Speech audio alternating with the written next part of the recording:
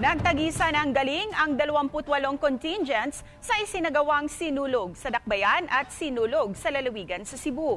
Ang detalye sa ulat ni Femery Dumabok ng GMA Regional TV, Balitang Bisdak. Viva Señor Santo Niño! Viva el Señor!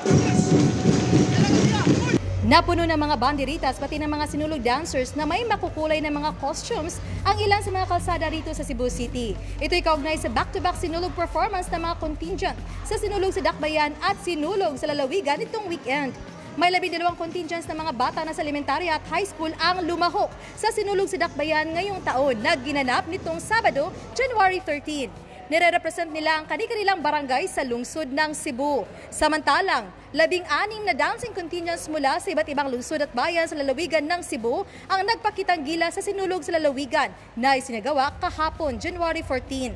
Sa mga lumahok, pinili ni Cebu Governor Gwen Garcia na sumayaw kasama ang guest performers mula sa bayan ng Milanilla, Cebu na bantog sa kanilang taunang Kabandhawan Festival.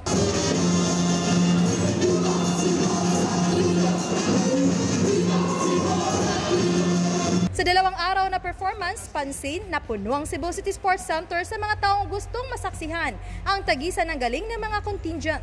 Para mapanatili naman ang kaayusan, makikita ang pinaigting na presensya ng kapulisan, militar, BFP at iba pang force multiplier sa kalsada. May isang bus na ginagawang mobile detention cell o holding area ng mga lumabag sa ordinansa, tulad ng pagtatapon ng basura kung saan-saan.